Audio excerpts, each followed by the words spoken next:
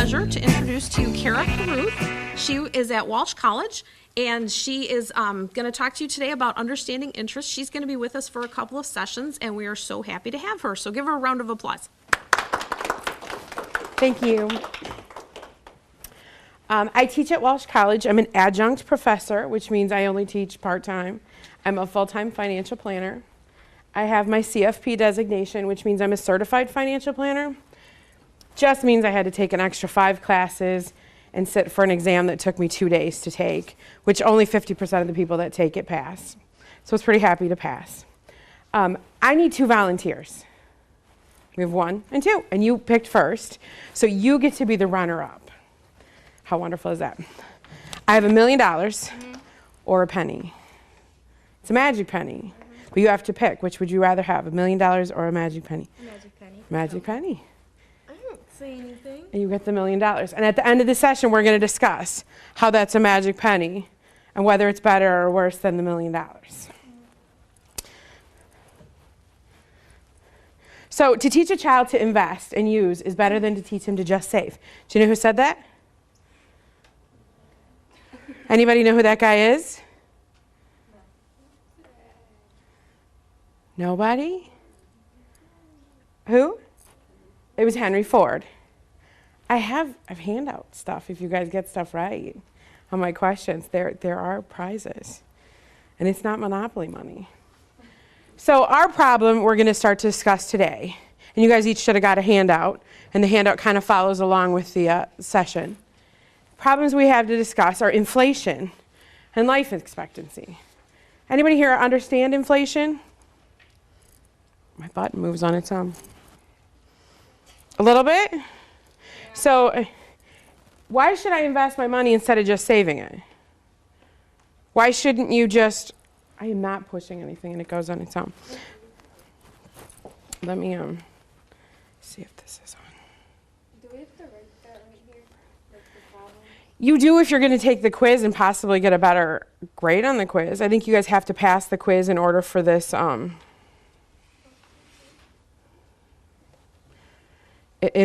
to get credit today. So that's why I gave you the outline. I thought maybe it would help you if you follow along and write the answers. You might do better on the quiz. So investing your money and not just saving it. So putting it under your mattress or in the bank is considered saving. Investing is where you actually put your money to work for you.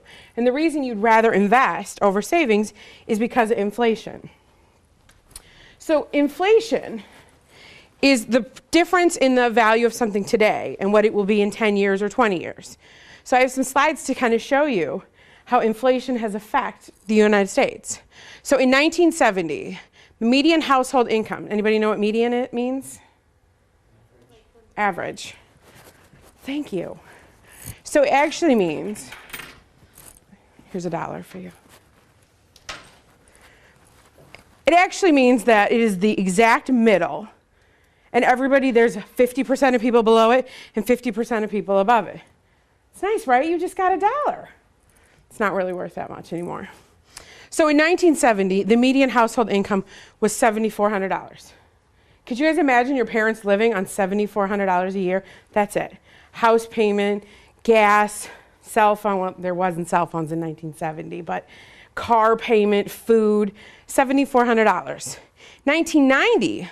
The median household income was $27,600. This is because of inflation. How many of you hear your parents talk about the price of gas? Oh, when I first got a car, gas only cost me, I think I remember when it was 95 cents. My parents always, when I got a car, it was like 10 cents a gallon. You guys know how much it's going right now? $4. Yeah. Does any of you drive? There's a few of you. So you have to put gas in your car. It's expensive. Hopefully mom or dad help out. But if not, it costs a lot of money. So what do you think the median household income is in 2010? About $46. 46? Yeah. 55. 55, 46, 55, 47. Good job. You were close. Not close enough. Sorry. $47,000. Do you see the difference? As time goes on, it costs more. Everything costs more, right? Remember gas for my parents was $0.25. For me, it was $1. Now for you guys, it's $4.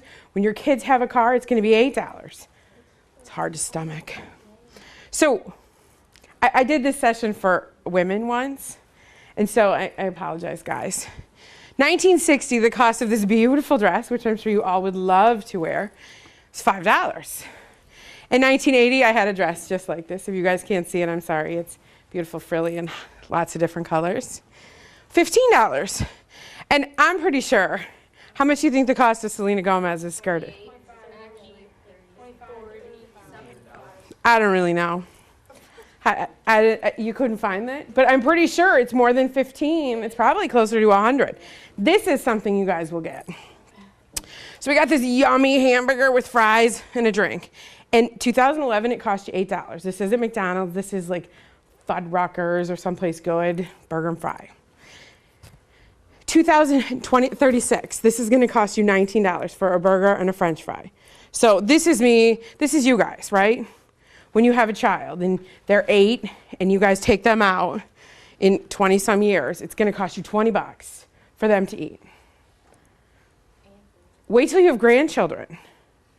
When you have grandchildren in 2061, this same burger and fry is going to cost you $45. And this is just the average inflation rate. 3.5% is what we consider average. Every year, everything costs about 3.5% more. So by 2061, this $8 burger and fry is going to cost you $45. It's pretty bad, right? God forbid you have 2 kids and a wife or a husband. If there's 4 of you on that, it's $200 to go out for dinner. It's crazy, crazy. It's all because of inflation. Now, why does inflation matter? Why do you think it matters? Money's losing value over time. That's right. That's part of it, too. It loses value. Anybody else? Do you remember what I said the other problem was? Did you guys write it down? Life expectancy. Why does life expectancy matter? Because you don't know how long you're going to live. Yeah, and you know what? The longer you live, the more expensive stuff gets. So I have lots of clients, and they're all planning for their retirement, right? And everybody talks about how it's important to be healthy and go to the gym and work out and eat good foods. And the worst problem with that, if you do all these things, you're going to live longer. And by living longer, it means you need more money. I'm not telling you not to go to the gym or work out, but. So life expectancy, and this is at birth. So on the moment you're born, and you're going to see that this only goes through 2003. They haven't redone the life expectancy table, so you guys were probably like 5 at the time, or 2, depending on how old some of you are. In 2003, the life expectancy at birth by sex, if you were born and you were a male, you were expected to live till about 75. And if you were a female, you were expected to live about 80. Now, this is the moment you're born. And take into account, this is for all U.S. citizens. So whether you were born in poverty, in a rural area, if you were born to, you know, Warren Buffett or Bill Gates, where their kids have tons of money, can afford the best medicine, this takes into account everybody. So you're expected as a girl to live till 75 or 80. Now, if we fast forward, and this isn't so bad, you're right, at 12 or 15, you're like, I'll live to 75. Well, when you start to get to be 30-something and 40-something, you're like, 75 seems young. If we fast forward to 65, right? This is a 65-year-old adult. And at 65-year-old adult, and the blue line is the male, you guys see that females tend to live longer. Lucky us.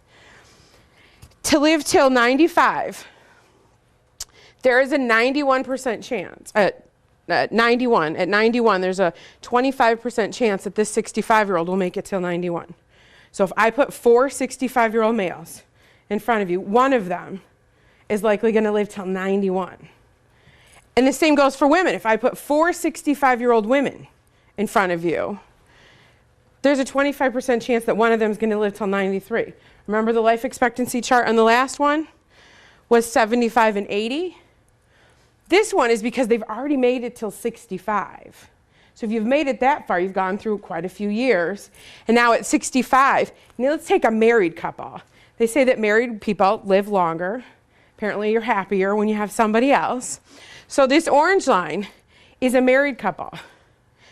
And there's a 25% chance that one of you will live to be 96 if you're married at 65. I can't fathom living till 96. I actually have a client who, they're 35, both of them, and they're planning to live till 110. 110.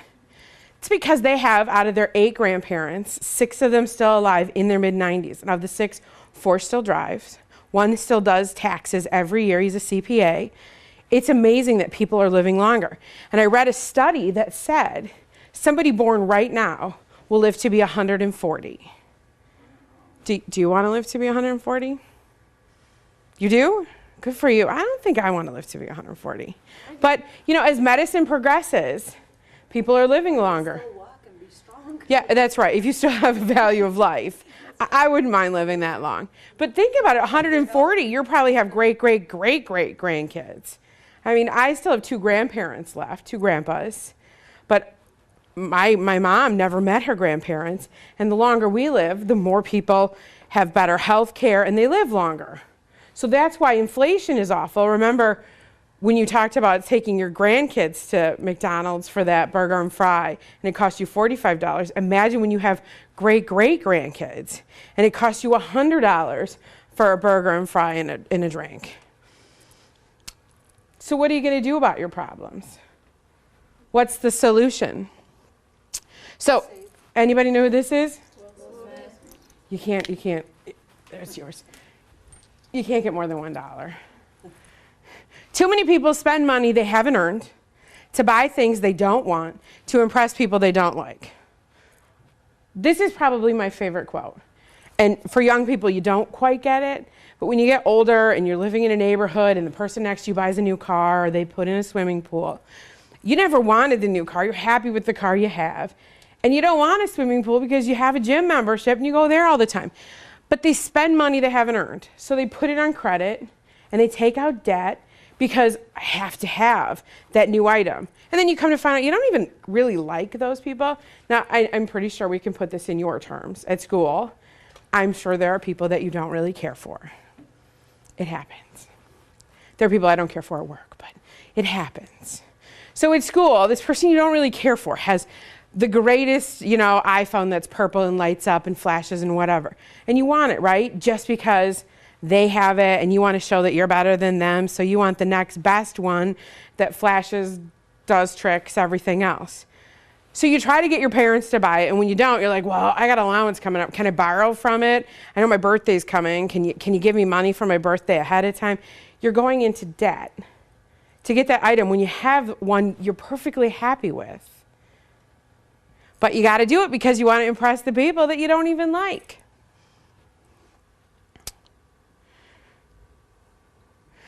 So here are our solutions. So what were our problems? Inflation and life expectancy. So our solutions is going to be compound interest and investing. And most people don't understand compound interest because they don't understand inflation, right? Inflation grows every year. And something that costs you $1 this year costs you $1.04 next year and $1.08 the following year. And every year it just gets more and more expensive. But most of the time you don't realize it because you're working and you get a little bit of a raise, or if you have a part-time job, you might get a couple more hours every year. Or if your allowance, I have 2 kids and I have an 11-year-old and a 14-year-old, and the 14-year-old gets a bigger allowance than the 11-year-old because she's expected to do more. So I help her out with inflation because every year she gets a little bit of raise, but so does he, but he won't catch up with her. So compound interest helps us start saving early. So when should I start saving and investing? You're going to have to blurt it out. As soon as you can. So when would that be? Now, that's the word I was looking for. If I hit anybody, I apologize. It's only a $1. So you need to start saving now. Anybody here have a job? Nobody? Anybody have an allowance? You get money from your parents? Birthdays? You guys get money for birthdays? Do you spend it right away? Yeah. I appreciate the honesty, right? You get that money and you're going to go out. Those of you that got the $1 are dying to spend this big one, right? Because it's $1 and it goes in your pocket. And this is the difference between my 11-year-old and my 14-year-old. My 14-year-old puts all of her money in the bank because she'll go to grandma and say, Grandma, I want this. I don't have any money. Can you pay for it? And my 11-year-old, his money's in his pocket and he wants to go anywhere that he can spend it in a heartbeat. But I make him put part of his allowance in the bank and he's not allowed to touch it. And that's why it's important to start saving now, regardless of what it is. So if you get $100 at your birthday, put 20 in the bank and spend the other 80. If you can get in the habit of doing that, you're going to be a better adult and better prepared to retire. So how many of you are going to college? I'm really hoping everybody's hand. Very good. So here are some occupation, and they're mean wage. Remember what mean is? Average. So if you were going to go to college and be a pediatrician, you're going to make about $169,000 a year. That's the average. If you want to be an architect, it's about $79,000. Now we get down into here, and it's unfortunate. You got to go to school, but a teacher only pays about $55,000. You get down here, and a cook, remember, if these are those of you that say, I only put my hand up because everybody else did, I don't really want to go to college, you're only going to make about $25,000 a year. This sounds much better, doesn't it? I should have gone to school to be a pediatrician. So we're going to make some assumptions, and we're going to talk about, pretend this is you, and you're going to have a career, and it's a great one because you guys all chose to go to college. And you're going to be a computer programmer.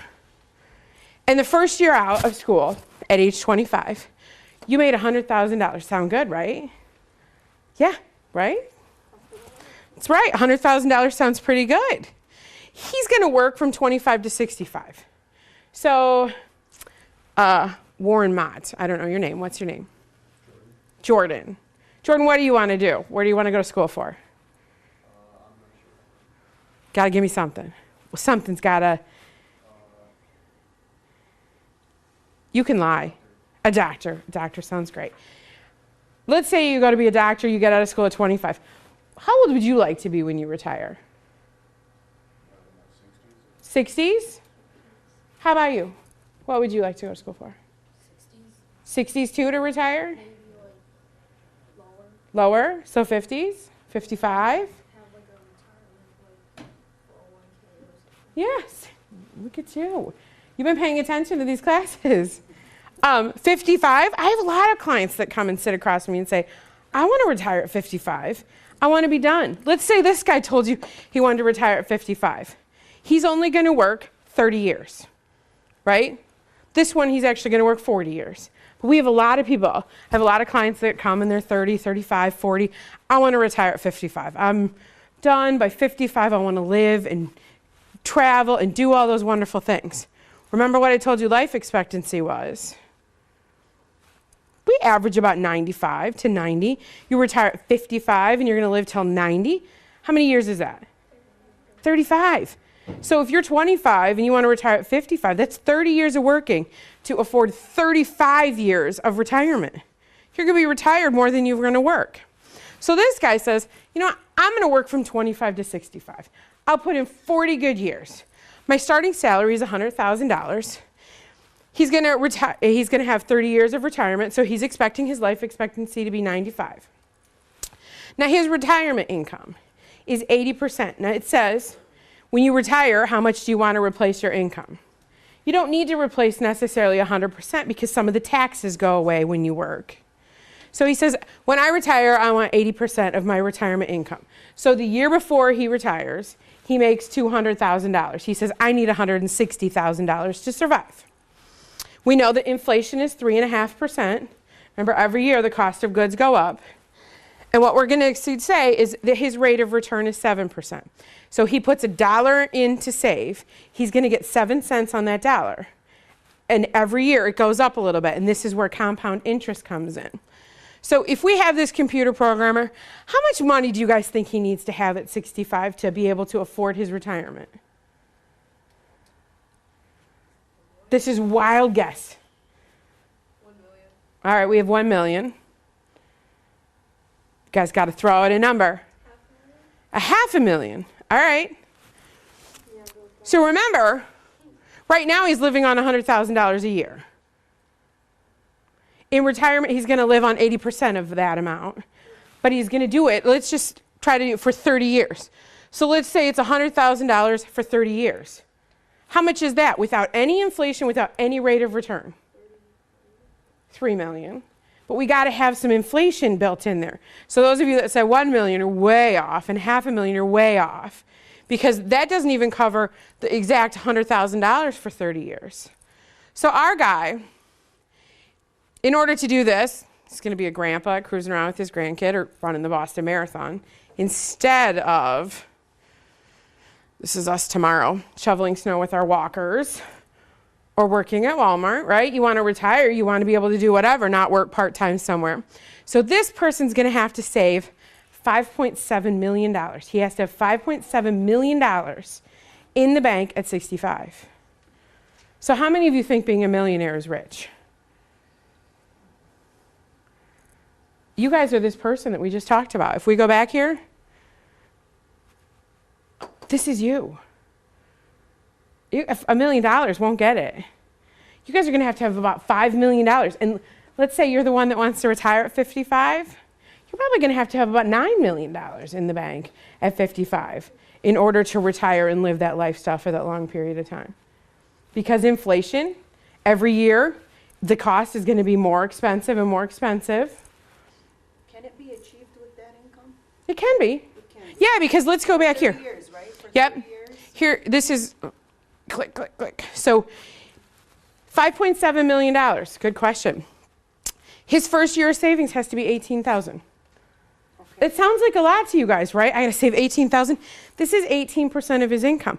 Remember I told you, if you get $100 for your birthday, you put $20 in the bank, this is what he has to do.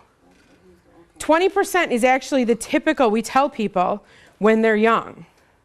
So when you're in your 20s, if you can start saving 20% of your income, you can do it. If you don't go back to Will Smith and say, I gotta have what the neighbor has, even though I don't like the neighbor, right? Your first job, you're so excited you have money. It doesn't matter where. Let's say you get your first job and you're still in high school and you work at McDonald's, right?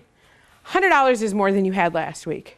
So put 20 in the bank and now you have $80 because $80 is more than you had last week. If you can get in the mentality of saving earlier, right? Because you guys are so excited to have money. This computer programmer was so excited. He got out of college, said, I just got a job for $100,000. So that's great. You just got a job for $80,000. He said, no, I got 100. What are you talking about? I said, no, you got 80. Remember, you got to save money so you can afford your retirement. Well, anybody at 25 would be like, 80 is great. I'll take 80. So if you get out and you get a job for $50,000, you have to learn to live on a $40,000 lifestyle because 20%'s got to go into the bank. What happens if it doesn't? What do you think happens if at 25 you don't start saving? That's right, you won't have any retirement money. There's a statistic out there now that says the average 50-year-old saves $5,000, has $5,000 saved for retirement. Remember I told you this guy needed $5.7 million? The average 50-year-old in the United States right now has $5,000 saved for retirement. You think they're going to be able to retire? No. And if they are, they're not retiring on a very good lifestyle. They're retiring in a small apartment. They're not traveling. They're not doing anything. They're just getting by. So it's important to start saving. And remember, when do we start saving? Now. Because we're going to take this, and these are easier numbers because you guys think $1 million is a lot of money. So you want to retire when you're 65. You have to have $1 million. We know that the last person had to have 5.7. We know that you're probably going to need 9 because the sooner you retire, the more money you need. But I think you can do it. Because you know what investment vehicle to save it in. 401ks are great. So we have this person. He wants to retire at 65 with $1 million. He's getting that 7% rate of return, just like we talked about before. How much do you think he'd have to save yearly starting at 25? You need $1 million. How much do you think at 25 he has to start saving? How much? No. Remember, if we go back to the last slide, you only needed $18,000 at 25 to get to $5 million. So how much at 25? 5,000. Did you already get $1? Oh, good catch. Bad throw.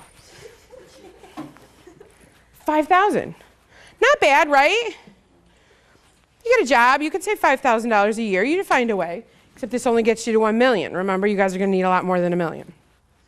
So 35 is going to need 10,000. You're like, oh, well, he went up 10 years. It doubled. We're good with that, right? This person has to save $5,000 a year until age 65. So he has 40 years at $5,000 a year. Did you lose the dollar? Oh, I'll get it. I won't throw it. Thank you. Didn't work well for me last time. So this person has to save $5,000 a year for 40 years. That's doable, right? If you get a good job. This person now has 30 years to save. He has to save $10,000 a year. Which one's easier to do? 5,000, right? Starting early. How much do you think the 45-year-old has to save? Louder. 20? 15? 50? 25. Look at the difference. You're 45 years old, right? Let's take the average person, right? At 45, you're working. You probably have the 2.5 kids that the census says we have, right? That's what they say. A household has like 2.43 kids. I haven't met the 0.43. I only have 2. But at 45, you probably have a mortgage and you have 2 kids. And if you're like most people at 45, those kids are getting ready to go to college. Are you going to help them pay for college? You're not going to help much if you have to start saving $25,000 a year. Couldn't like the 0.4 be like pets? No, because it's 2.4 kids and 2 pets. Pets are separate. They say most households have almost 2 pets. It's equal to kids. Do you have pets? What kind? A bunny and a dog. See, 2 pets. Do you have pets? No. Oh, you can borrow hers. No, she can keep them very annoying. Nice. So now we're up to $25,000 a year. That's kind of tough to stomach. At 55. 45,000. 45, 60, 65. Do you have a guess? Let's say like half that million. Well, you got 10 years. No. So 45. 45. Do you have a guess? No. 75. 72. This is yours. $72,000. That hurts. Remember, if you're that guy that you're only making $100,000 a year, by the 55, your 100,000 is probably closer to 200,000. So these numbers are if you start saving at that age. Yes. Okay, that makes more sense. Yeah. Not like You're like, wow, this keeps. as you get to age 35, you need to like start doubling your savings. Oh, no, that would be brutal. Yeah. Okay. No. So if you start saving at 25, you have to save 5,000. If at 25 you're like, I don't care, I'm getting a really sweet car, I'm buying my house, I'm vacationing, I'll do it when I get 35. 35 kicks in, you're like, oh, I just had 2 kids. God gave me twins. Now I'm stuck with these kids. I can't afford to save. I'll save later. I'll save when they're a little older. So now at 45, they're a little older. They're thinking about going to college. You're like, I got to start paying for that. I'll save. And this happens to a lot of people. I see a lot of people come in at 55. I'm getting ready for retirement. I'm thinking, it's within 10 years. I should start doing something. It's kind of too late, right? At $72,000 a year, most people can't save that unless you're making $500,000. And let's say you're making $500,000. Are you going to survive on $1 million at 65? Remember, our guy, our computer programmer, he needed $5 million. So if he waited, this would be $350,000 a year he'd have to save to get to that $5 million. It's brutal. Ask away. Is it possible to make more than his income? If he's making 100,000, he has to save 50 million. Well, he won't be. Because remember, there's inflation, and you're hoping that you're getting raises to keep up with inflation. So he made $100,000 the first year. The second year, he makes $103,500 because you have that 3.5% inflation that keeps pace with your income. Doesn't always happen that way, but in our estimates, you keep pace with inflation because one year you don't get a raise, the next year you might get a bigger raise. You change jobs a couple times so you get more raises in there. So by 55, he's probably making $500,000 because he went from 100,000 here to probably $500,000 at 55. So it's still doable, but when you make that much, that's a huge chunk. So for those of you that are thinking that $100,000 is great, you don't get $100,000. What happens to the money that you make? Bills? Taxes. You're smart. You'd be up to like $5 if I gave more than one away. Taxes. So of that $100,000, how much do you think you actually get? That would be brutal. About 80. Do you have a dollar? It's about 80. It could be closer to 75. It just depends, because if you save in a 401k, it helps out on taxes. So the more you save in the right places, the less taxes you pay.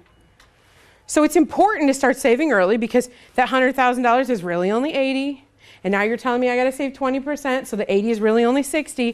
So you get $60,000 in your pocket. 20,000 in savings and 20,000 goes to the government for taxes. That's what we just started doing, but we started late. They said you benefit, you get less, pay less taxes. If Your paycheck, if you put it into a 401k. yes, you pay less taxes. So it's important to save early, because you'd rather be this person.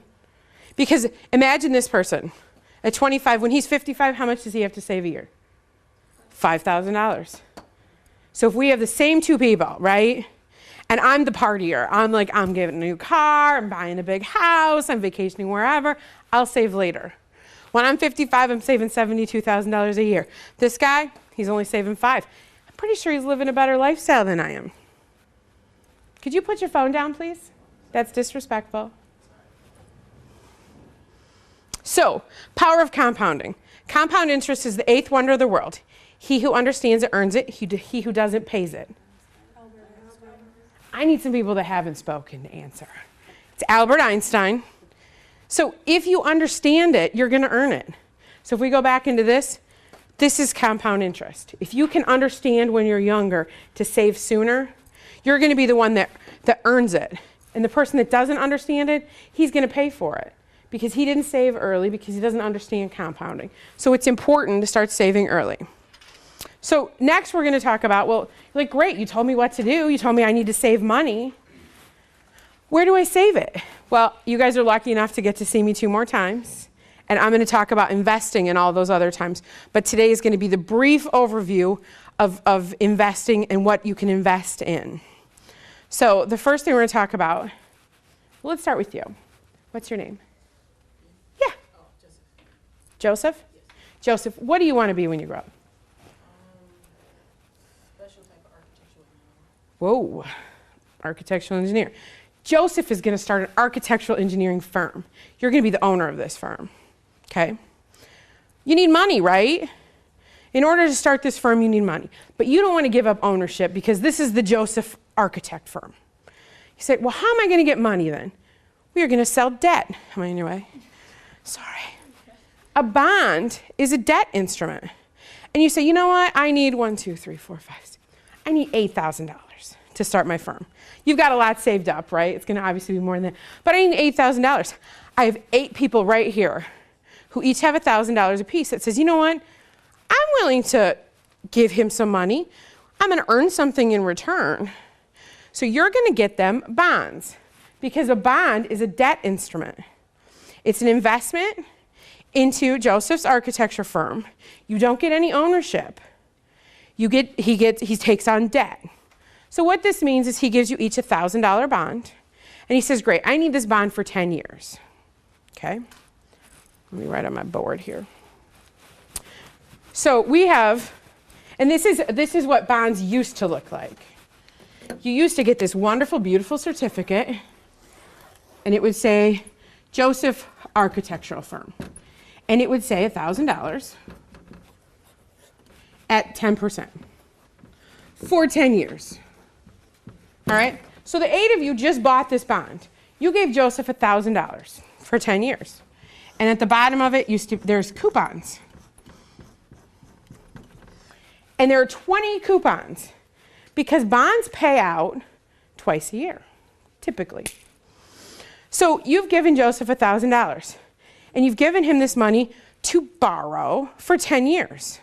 But you say, you know, in return for that, I want something for my money.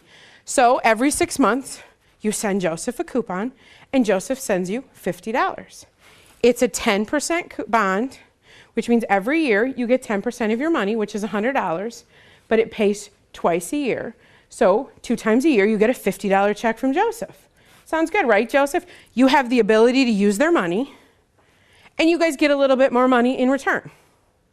Sound good? At the end of the 10 years, Joseph pays you $1,000. All he's done is borrowed that $1,000. Every 6 months, he gives you a little bit of money and says, hey, thanks for letting me borrow it. Hey, thanks for letting me borrow it. And at the end of the 10 years, he pays you back. That's what a bond is. So they have government. Does anybody have savings bonds? Not very many people. So, Are those different than personal bonds, or? well, these aren't personal bonds. These are corporate. No, they're not. They're not different. So when you get a savings bond, they pay a little bit different. So instead of, let's say your grandparents give you a savings bond. My grandparents always gave me savings bonds for Christmas and my birthday, and I hated it because you can't spend them. They're a piece of paper that says, great, 5 years you can spend it, and 10 years you can spend it. And when I was your age, I thought it was horrible. Until I got to be about 24 and I needed new tires for my car. And at that point I couldn't afford it. And my mom's like, oh, remember those savings bonds? You can cash them in now and they were worth money. So the difference between a savings bond with the government is if you wanted a $1,000 bond, you pay them $500 now. And instead of getting these coupons, your bond earns those coupons in the end. And in 10 years you can cash the bond in for $1,000. It pays at a discount. And we'll talk about in investing, if you come back to the investing, we'll talk about a little bit more about bonds and stocks and how to figure out which ones are better or how they pay. But what you need to know for this session is bond is a debt. So you guys are all part of his debt. If you look at his balance sheet for his company, so they have, income and stuff on one side, you have all of his assets that he owns and all of his liabilities. You guys are now a liability to him because he owes you money. Ask away. Do savings bonds keep up with inflation? Not always. No. Depends on the bond, depends on when you purchased it. If you get a better rate, you will probably never find a 10% bond. Bonds right now are about 3 to 4%. Some of them are running at 0. I use this because it was easier to illustrate math. Go ahead. How can you have a 0% bond? Well, because you buy it at a rate that's like 3%, and the bond market now has gone down so much that bonds are running at a percentage that it's not giving you money back. So bonds are investments. They are investments, and they do fluctuate, and there are different types of bonds. So you can have a guaranteed bond, which is what Joseph is selling. He says, no matter what the market is, I'm going to give you this money regardless. There are different kind of speculative bonds that won't necessarily always pay, like Joseph's bond. What's the difference between the I bonds and the E bonds and all that? The difference is how they pay out, the different rates, and also some of them have different tax implications if you use them for college, not for college. They go on your tax return a little bit differently. So a bond is a debt instrument, and you guys are all, he's indebted to you guys. He says, that's great, I got my architectural firm up and running, but I need more money, right? Because now you're like, we're doing so well, I need to hire people. Well, what can he do now? He's got debt, and he's like, I can't take on any more debt. I have so much that I don't think anybody's going to want to buy into me. The next he can do is a stock. Now, instead of being a debt, and you guys don't own any part of his company, he just owes you money as a debt, he's taking on investors. And these are shareholders in his company. So we have 1, 2, 3, 4, 5, 8 people over here. So you have 8 people that have debt in your company. You say, you know what, I need another $8,000. What can I do? You can sell shares in your company. And these 8 people are now part owners of your company. And it depends on how much the company is worth. Let's say the company is worth $16,000 and you're selling off $8,000. You're selling off 50% of your company to somebody else. But you're only selling it in increments of $1,000. So each of these people own 50%, 5% of your company. So together they'll own the 50%. So this is a little bit different because now he owes you guys money every year because he took on debt. It's kind of like a mortgage, right? Borrow money, you got to pay your mortgage payments, and at the end of it, it's paid off. Well, he took on debt that he's paying you, and at the end of it, he's got to pay that $1,000 back. These guys, he doesn't owe them anything. He says, you know what, great, you guys all want to be part of my company. You give me $1,000, you just picked up 5% of my company. What happens when the company goes bankrupt and Joseph just can't do it anymore? Architectural firms go by the wayside.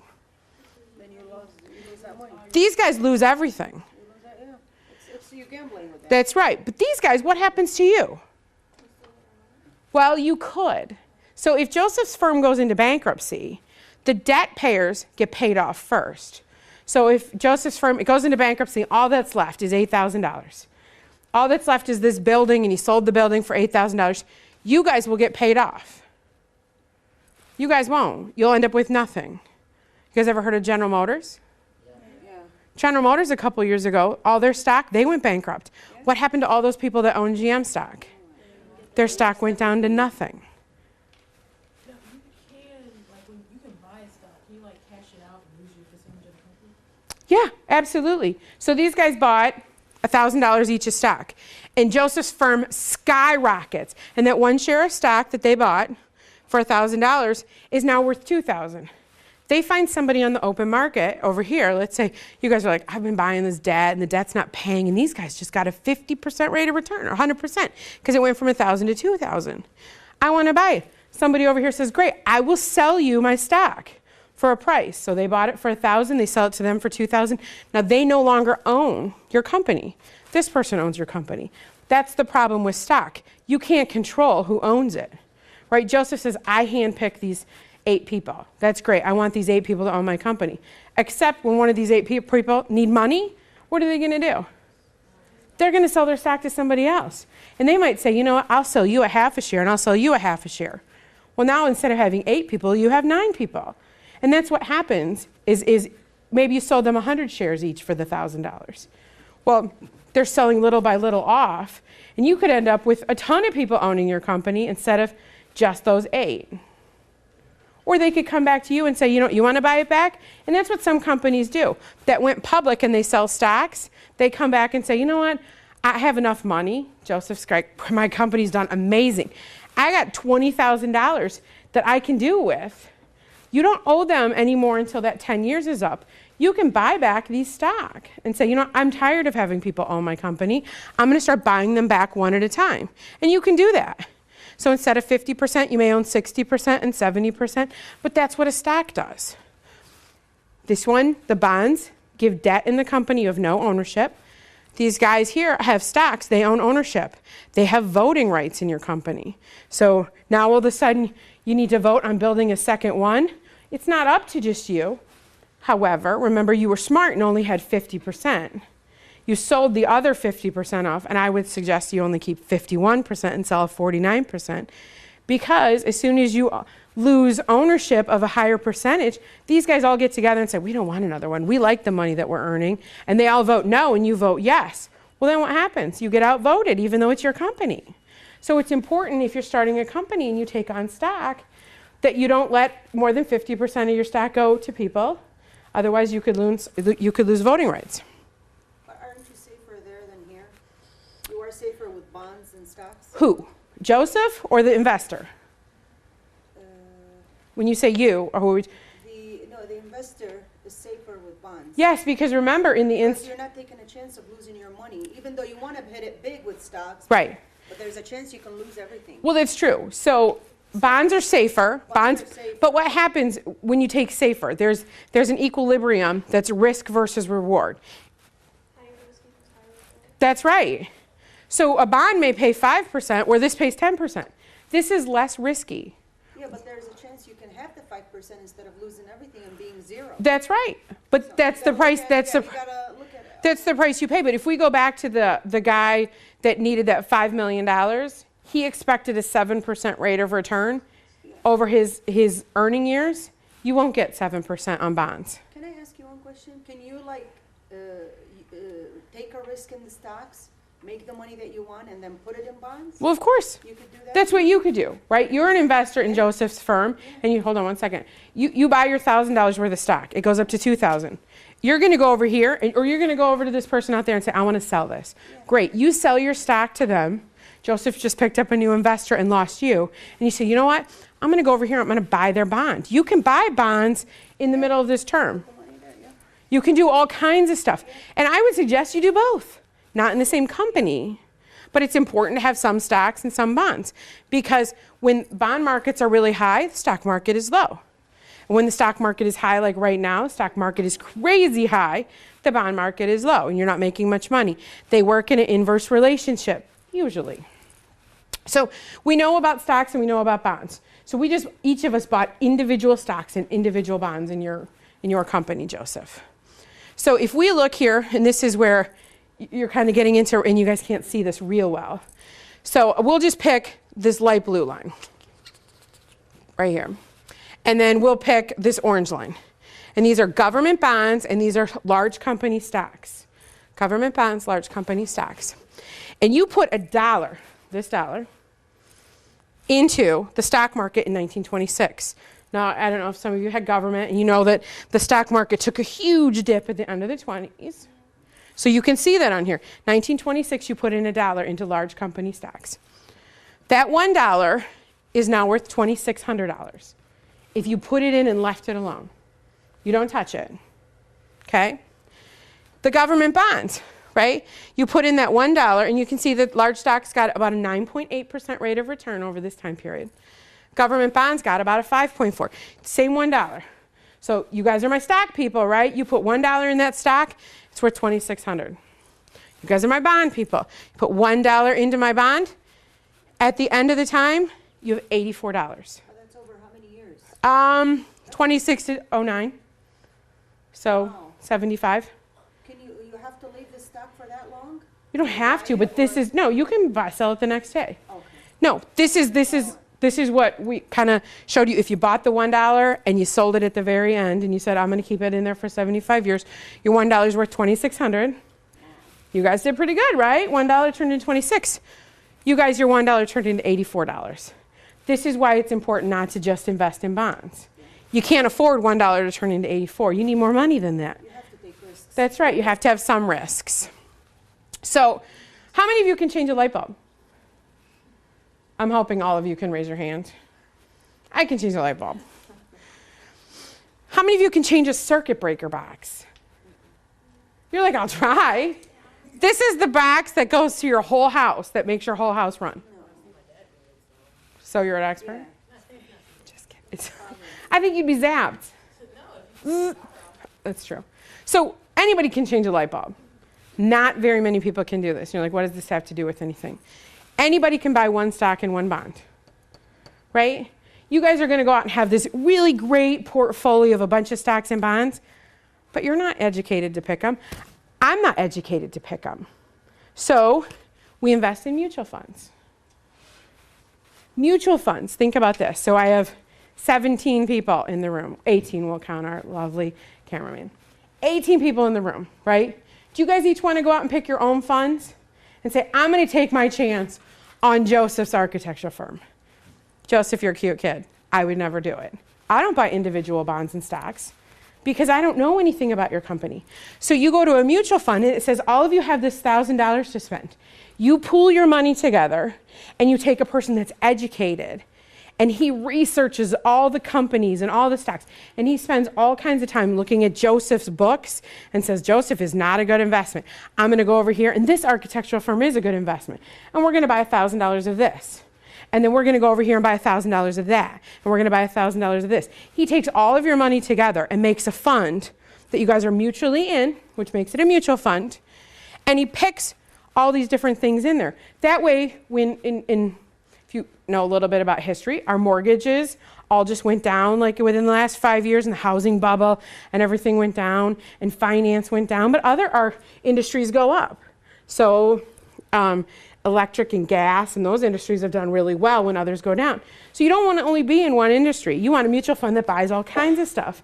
That way it kind of weighs yourself out. Yes, Joseph? So it seems like with a lot of bills or just races, things like, say you have a bill or just like, something you have to pay that's like kind of going up and down. Like, say you started at $100 and then it started fluctuating at $50. If you pay off that $50, you would have to pay more. Well, like, are you talking about like cell phone bills?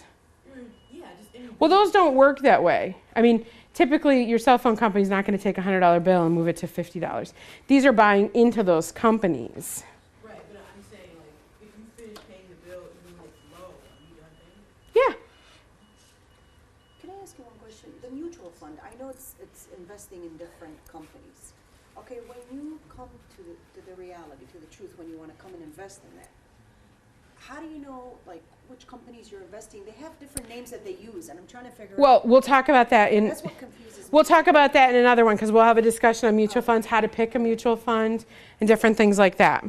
But what you want to know about mutual funds is you can have a mutual fund of stocks, you can have a mutual fund of bonds, you can have a mutual fund of money market accounts, which don't make very much. You can have mutual funds of anything. Real estate has a mutual fund where you're buying into a bunch of buildings. You can have a mutual fund of large companies that only do electronics. You can have specialized mutual funds. There are probably 5,000 mutual funds out there. So you have a huge selection to pick from. And we'll talk about in one of our investing is how to pick, how to narrow that down. So mutual funds are also considered passive and active management. So you guys bought into an actively managed mutual fund that said, you know, I'm giving this money to a manager who's going to go out and pick funds. There are passive funds that actually just follow an index. So the S&P 500 is an index. It's an index of the 500 largest firms in the United States. So you can buy into that index. There's no manager. It follows exactly what the index does. Which one do you think is more expensive to buy into? The active, that's right, because you're paying somebody to do it. Passive, you're not paying anybody. So you got to make sure if you do it active that they do a good job to beat the passive markets. So you were talking about your dad invests in stocks, right? So I follow my dad's stocks so I know when to ask for an allowance increase. Stock market's good, dad's happy. Say, hey dad, can I hit you up for an extra couple bucks? When the stock market's bad, they're not so happy, it's not a good time. So here are some obstacles for you guys to think about. College. All of you raised your hand. College is an obstacle, right? When you're done with high school, you say, you know what, I have to choose to go to college. Now some of you might say, my parents are forcing me, but you still make that choice to go to classes. They can't hold your hand. So it takes the average student about 4.7 years to earn a 4-year degree. Because nowadays people aren't taking colleges seriously, or it's harder and you can't take the full load. And they say that 57% of the people that started a 4-year degree didn't finish in 6 years. I'm one of those. It took me a long time to get my degree. Sometimes it does. But it's still the best investment you can make. College is expensive. So this is the 2012-2013. The average cost of college per year is $22,000. I know that if you want to go to Michigan State right now, it's about $26,000. University of Michigan is about $28,000 per year. That's room and board and tuition. It's a lot of money. Imagine that because you want to do it in 4 years. 4 years of that, it's like $110,000, $120,000 because each year the cost of school goes up. If you guys are going to write anything down, I would write this website down. Savingforcollege.com. You can go on, write it down. You can go on this website. Neither of you have a pen. You're not Boy Scouts, right? You're supposed to be prepared.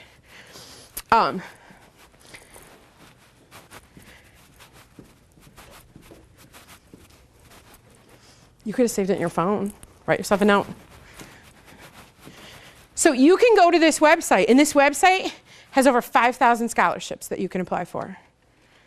And the scholarships run anywhere from the best athlete on the track team to the most spirited athlete on the track team. You don't have to be the best. Some of them are per grades, like straight A students. Some of them are, I'm a B student, but I have great extracurricular activities. Some of them are based on your ethnicity. Some of them are based on what groups and clubs or religious activities your parents belong to. If you're Catholic, if you're Lutheran, if you're Buddhist. It's an amazing website to get an idea of some scholarships, and it'll help you look at the costs of different colleges throughout the country.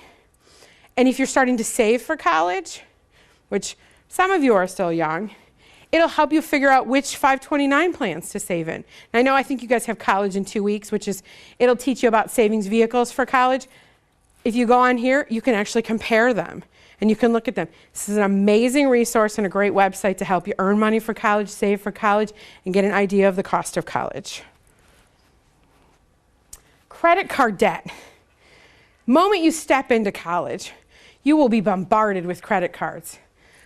All over campuses. Sign up for my credit card, I'll give you a free t-shirt. If you sign up for my credit card, I'll give you a toaster. Sign up for, oh, it's amazing. I'll give you a $50 credit to the bookstore. Unbelievable. Why is that? Because you have just turned an adult and you now have credit. Yeah. You've never had it before, right? You guys have been broke high school students. Somebody's giving you a credit card with $500 on it, $1,000 on it, $3,000 on it. What are you going to do with that? Buy, right? And they want you to do that. That's how they make money. Average American credit card balance in 2012, $16,000. That's a lot of money. Minimum, if you make the minimum payment, which is about 2%, so when you get a credit card, they send you a statement in the mail and it says you have to make this minimum payment. Usually the minimum payment is about 2%. So it would take you 71 years. Look at that. 71 years to pay off $16,000 at the minimum amount at a cost of $42,000. You have a $16,000 credit card and you're going to pay it off for $42,000. That's crazy, right? That's the difference between driving a Ford Focus and a Mustang convertible.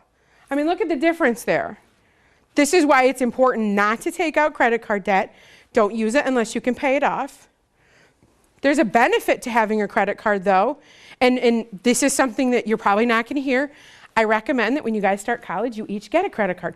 One credit card with a very low credit limit, and if you buy something, you pay it off. Don't buy anything you can't pay off. Don't take your buddies out to the bar or wherever you're going once you reach 21, of course, but don't do it unless you can afford to pay it off. Why is that? Why do you need a credit card? So you'll be in like that. To build your credit. That's right. I need the kids to answer. To build your credit, right? Because here's another obstacle, bad credit. And bad credit is an obstacle just like no credit, right? You're that guy that wants to get out of college and buy a house, a really small house because you want to save, right? But you need credit to do all these things. So that one credit card that you pay off on a regular basis and you don't carry a balance helps you earn credit. Now, this person back here, this person has bad credit. And what does bad credit cost you? So credit reports, they track the record of borrowing. So it knows that you've taken out 15 credit cards and not paid this one off, and you've had late payments on this one 14 times, and this one you let go default, and this one you paid off at a lower amount. It determines your creditworthiness and risk. Credit card companies, and credit is a risk versus reward too, right? If they think you're going to pay it off really quickly, you're going to get a low interest rate because there's no risk in you.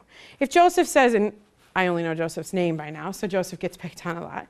Joseph says, I'm going to take out a credit card and I'm going to pay it every month. Joseph's going to have a low interest rate. We move back here. This interest rate on most of these are at 15%. Joseph pays his off every month. Is he going to have a 15% credit interest rate? No, he's probably going to have a 4 or 5 because that off chance that Joseph says, I can't pay it off for 2 months. I'm going to owe some interest. But they're going to say, he's always paid really well. If we move to somebody else who never pays their credit card, it's always late, they're going to have a 30% interest rate. So it's important to pay it off because it'll cost you more in the end if you don't. And it hurts your credit report. So credit report is computed by payment history, amount owed, length of credit, new credit, and type of credit. So you've had credit cards for 10 years. Have you paid them off? Your payment history. I've owned, the maximum I ever owed was $1,000. Paid it off a couple months later. So your length of credit. This is why it's important. This is the one where when you start college at 18, 19, and you get one credit card, so by the time you're 25, you have 7 years of credit on your history. If you wait till 25, you have nothing. You've earned no credit history. No history is almost as bad as having bad history. How many times you've applied for credit cards and the type of credit.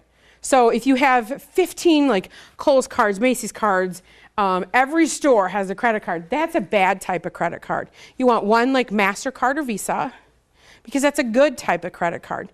Why is that? Because MasterCards or Visas are harder to get. Macy's, Sears, Target, all of those credit cards are easier to get. You can only spend them at one place. Think about the way you use it. If you can spend it at a lot of places, it's a little more difficult. So we have a person that took out a 30-year mortgage. And a 30-year mortgage on a $200,000 house, which is probably the average of houses around here. A $200,000 house at 30 years. They have good credit. They get a 4% interest rate on their mortgage. That means you borrow money, you got to pay the bank a little bit of interest. Their payment is $955 for this $200,000 house. This person with bad credit, they said, well, you're more risky, so we need a little bit more reward, and their interest rate's going to be 6%. Look at the difference. This person has to pay $1,200 a month for their house, where this person only pays $955. Over the life of that mortgage, this person's going to pay about $88,000 more because of bad credit. That's why it's important to have good credit. You get a better interest rate. So, goals. And I think you guys all, if you could take one homework assignment away from you today, people who regularly write down their goals earn 9 times as much money over their life. If you write your goals down, instead of just saying, my goal today is to get an A on an exam, sit and write your goals down, because if you write them down opposed to just thinking about them, you're 9 times more likely to earn more money in your lifetime. Seems silly, but the people that write them down are more likely to achieve those goals. Decide, who do you want to work for? Do you want to work for yourself like Joseph? Do you want to work for a firm? I don't work for myself. I work for a firm. How long do you want to work? I want to retire at 50. I want to retire at 60. It's important to learn when you want to retire. I know you guys are young, right? At 15, you're like, I just want to get a job. I just want to move out of my parents' house. But when you start thinking about these things, look at your parents. If your parents are 45 and they hate their job, like, I want to be done by 45 because I don't want to be like them. If your parents are 45 and love their job, find a job you love and say, you know, I can work a lot longer. Do you want to buy things or experiences? Do you need to have that new iPhone, or do you want to save for retirement?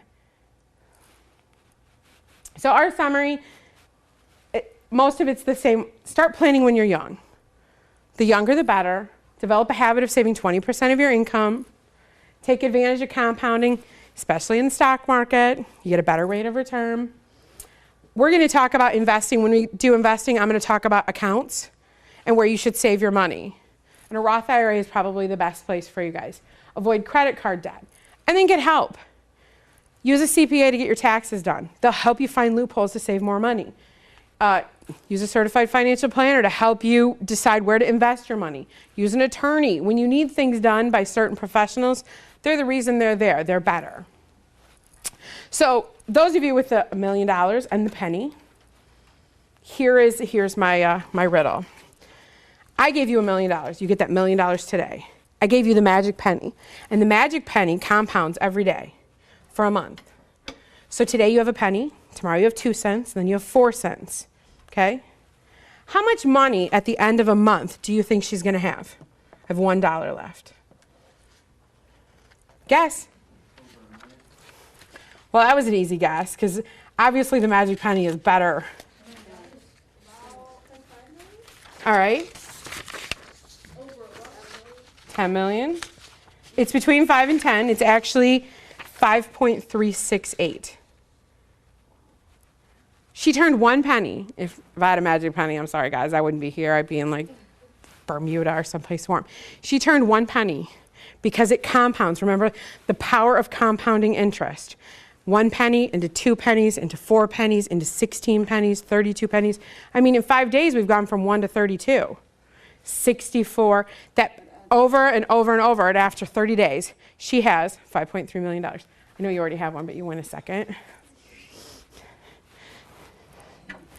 And you each win another one. You get the biggest one because you're the winner of the magic penny and the $1 million.